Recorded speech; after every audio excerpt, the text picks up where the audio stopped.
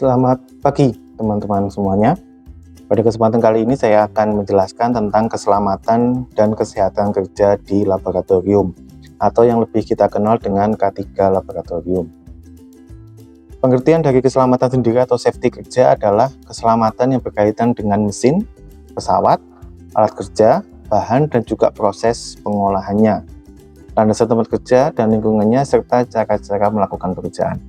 Untuk laboratorium sendiri adalah tempat proses belajar mengajar melalui metode praktikum dan penelitian yang dapat menghasilkan pengalaman belajar. Tujuan dari keselamatan kerja itu sendiri adalah yang pertama, melindungi laboran atau analis ataupun peneliti lainnya atas hak keselamatannya dalam melakukan pekerjaan. Kemudian juga menjamin keselamatan setiap orang yang berada di tempat kerja, dalam hal ini adalah laboratorium.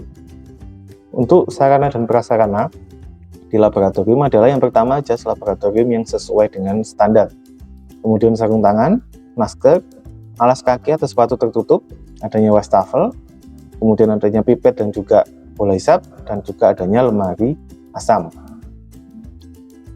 Nah, untuk keamanan kerja di laboratorium, yang pertama adalah kita harus merencanakan skema percobaan ataupun penelitian yang akan dilakukan sebelum dilaksanakan. Jadi kita harus tahu step by stepnya, kemudian alat-alat apa saja yang akan kita gunakan, bahan-bahan kimianya apa saja yang kita gunakan, kita harus tahu handlingnya seperti apa, supaya ketika kita kerja di lab semuanya sudah tersiapkan dengan baik.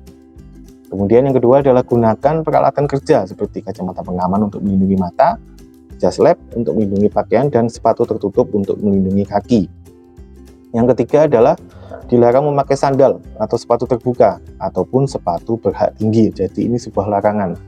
Jadi teman-teman nanti kalau misalkan disuruh asisten praktikum atau akan melaksanakan penelitian di laboratorium, harus mematuhi hal ini. Jadi kalau teman-teman tetap menggunakan sepatu terbuka, pasti akan diingatkan atau mendapatkan teguran oleh asisten maupun laboran. Kemudian yang keempat adalah baik pria maupun wanita yang memiliki rambut yang panjang itu harus diikat, supaya nanti ketika ada bahan kimia yang terbakar tidak langsung terkena ke rambutnya teman-teman. Kemudian jagalah kebersihan meja laboratorium. Jadi apabila nanti mejanya basah harus segera dikeringkan. Kemudian kita juga harus menghindari kontak langsung dengan bahan kimia. Jadi sebisa mungkin kita hindari kontak langsung dengan bahan kimia. Kedelapan adalah hindari menghisap langsung uap bahan kimia karena ini sangat berbahaya. Kemudian yang kesembilan adalah bila kulit kita terkena bahan kimia, jangan digaruk. Itu menjadi penting. Karena kalau kita menggaruk kulit kita yang terkena bahan kimia, itu bukan malah menyembuhkan, bisa jadi malah memperlebar wilayah luasan tetesan bahan kimia, malah jadi kemana-mana. Kemudian yang ke-10 adalah pastikan keran gas tidak bocor ketika kita akan menggunakan bunsen.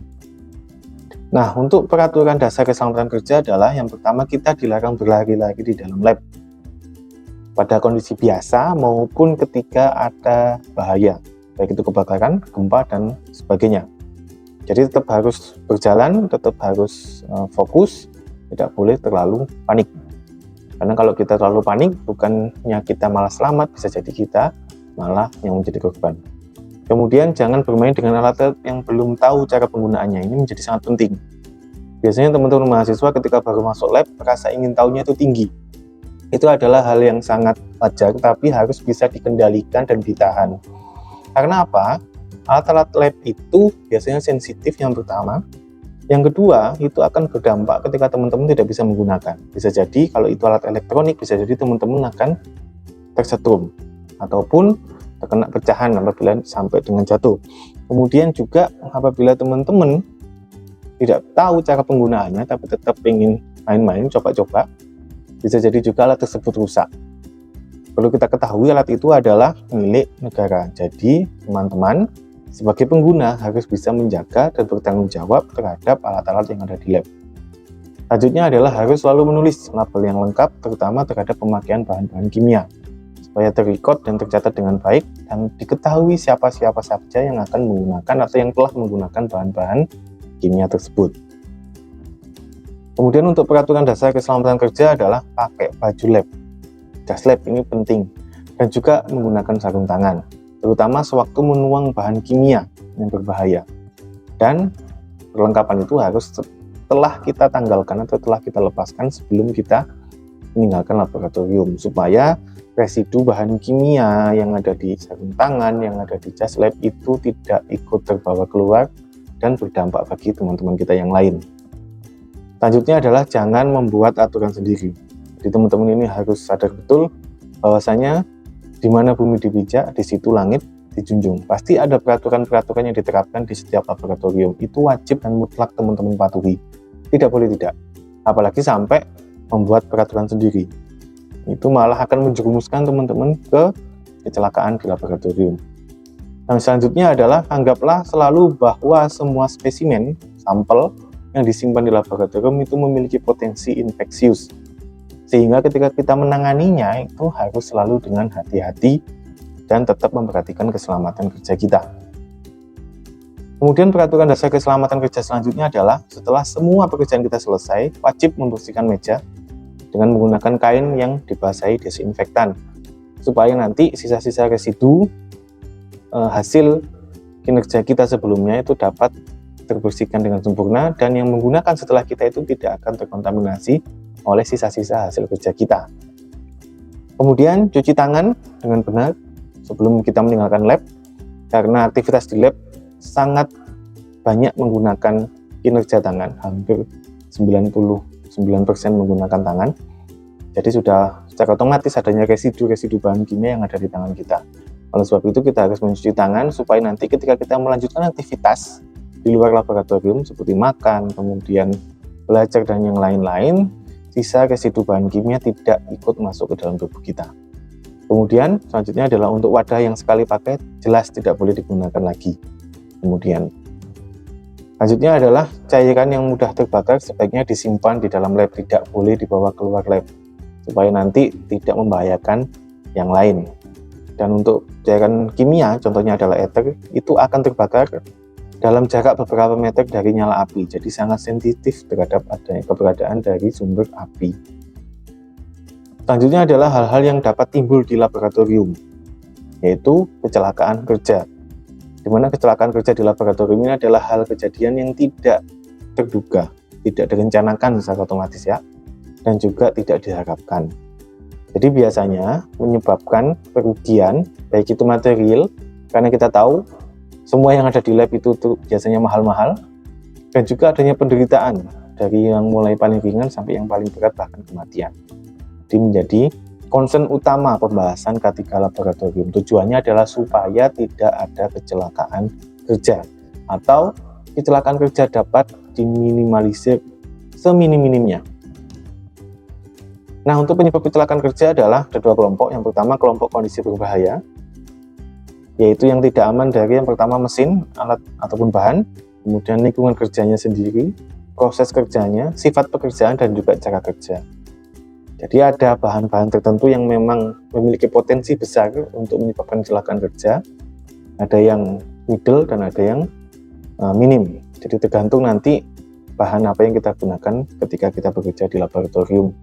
Kemudian lingkungan tempat kita kerja apakah mendukung keamanan ketika kita kerja, lantainya sudah bersih atau masih ada sisa bercak atau licin atau basah bahkan sehingga menyebabkan kita terpleset dan lain-lain. Kemudian proses kerja yang kita lakukan apakah sudah terstruktur, sudah sesuai SOP seperti itu. Kemudian cara kita bekerja sudah fokus atau belum, itu sangat menentukan ada tidaknya kecelakaan kerja atau potensi kecelakaan kerja terjadi atau tidak, itu sangat menentukan. Kemudian penyebab kecelakaan kerja yang kedua adalah kelompok tindakan tak aman, yaitu kurangnya pengetahuan dan keterampilan. Ini menjadi penting, jadi selain pengetahuan teman-teman tentang bahan maupun alat yang akan digunakan, keterampilan tata cara penggunaan itu juga wajib teman-teman miliki. Tidak cukup tahu, tapi juga harus terampil dalam menggunakannya. Kemudian cacat tubuh yang tidak kentara. Yang ketiga adalah keletihan dan kelemahan daya tahan tubuh, ini juga menjadi perlu perhatian. Jadi kalau teman-teman sedang mengantuk berat, jangan sekali-kali kerja di laboratorium, karena fokus pasti akan hilang. Kalau fokus akan hilang, selanjutnya bisa kita tebak kecelakaan kerja di laboratorium. Kemudian sikap dan perilaku kerja yang tidak baik ini menjadi salah satu penyebab kecelakaan kerja di laboratorium, sifat ceroboh, tidak mematuhi SOP, tidak mematuhi instruksi kerja alat, dan sebagainya itu yang menimbulkan dampak pada kita sebagai peneliti ataupun praktikan. Nah, bentuk-bentuk kecelakaan kerja yang pertama adalah terpleset. Jadi adalah bentuk kecelakaan kerja yang dapat terjadi di laboratorium. Akibatnya adalah bisa fraktur, patah tulang, ataupun dislokasi. Jadi perpindahan sendi-sendi tubuh akibat terpleset tadi. Pencegahannya adalah yang pertama, kita pakai sepatu yang anti slip. Jadi sepatu yang licin-licin ketika masuk ke lab mohon tidak dipakai. Atau bahkan di aktivitas manapun sepatu yang sudah licin mohon tidak dipakai lagi. Kemudian yang kedua adalah jangan pakai sepatu dengan hak tinggi. Jadi kalau teman-teman akan masuk lab, entah itu untuk kegiatan praktikum ataupun penelitian tugas akhir, teman-teman usahakan jangan menggunakan sepatu hak tinggi. Kalau masih praktikum, teman-teman pasti akan kena teguran oleh asisten. Kemudian yang ketiga adalah hati-hati pada lantai yang basah, licin dan tidak rata. Nah, kehati-hatian ini membutuhkan fokus. Kalau teman-teman sedang tidak fokus, sebaiknya ditunda dulu masuk lab. Seperti itu. Kemudian pemeliharaan lantai dan tangga. Pemeliharaan sudah pasti telah dilakukan oleh institusi. Kemudian kecelakaan kerja selanjutnya adalah mengangkat beban. Jadi kalau kita tidak memperhatikan posisi awal ketika kita akan mengangkat beban, itu dapat mengakibatkan cedera punggung. Meskipun cedera punggung ini tidak akan menyebabkan sampai kematian, tapi akan sangat mengganggu untuk aktivitas-aktivitas selanjutnya. Pencegahannya seperti apa? Yang pertama adalah kita harus tahu kapasitas kita mengangkat beban itu seberapa banyak. Katakanlah kita mampu 10 kilo dalam satu kali angkat, maka jangan lebih dari 10 kilo. Atau jangan memaksakan lebih dari 10 kilo hanya untuk mengejar kecepatan waktu. Misalkan demikian. Jadi tetap harus kita sadari batasan kita sampai sejauh mana. Kalau misalkan memang diharuskan kita mengangkat beban yang melampaui kapasitas, kita bisa meminta tolong kepada teman atau menggunakan alat bantu. Nah, itu menjadi penting. Kemudian yang kedua adalah jangan berdiri terlalu jauh dari beban. Karena kalau kita berdiri terlalu jauh, titik tumpunya juga terlalu jauh, maka beban itu akan memiliki berat berkali-kali lipat. Secara fisika demikian. Kemudian yang ketiga adalah jangan mengangkat beban dengan posisi membungkuk. Tapi kita harus posisi awalnya ketika akan mengangkat beban adalah jongkok. Hal ini sangat sering terlewatkan oleh seseorang yang akan mengangkat beban atau memindahkan sebuah beban. Seperti itu.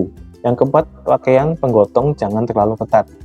Sehingga apabila kita memakai pakaian yang sedikit longgar, itu akan mempermudah pergerakan kita dalam memindahkan suatu beban.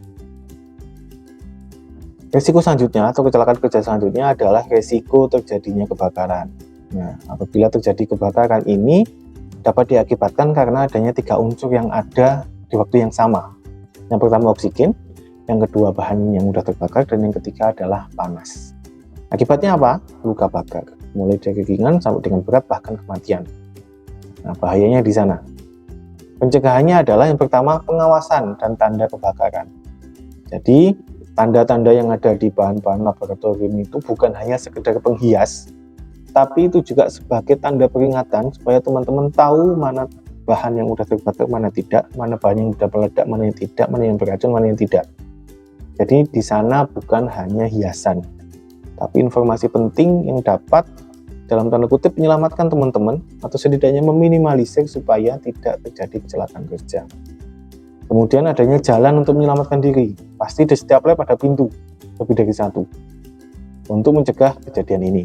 Kemudian perlengkapan dan penanggulangan kebakaran. Pasti ada alat pemadam di dalam laboratorium. Kemudian yang keempat adalah penyimpanan dan penanganan zat kimia yang benar dan aman. Jadi dengan kita mengetahui bahan-bahan kimia sifatnya masing-masing, berdasarkan logo bahan kimia yang ada di masing-masing kemasan, kita tahu bagaimana cara handling bahan kimia itu.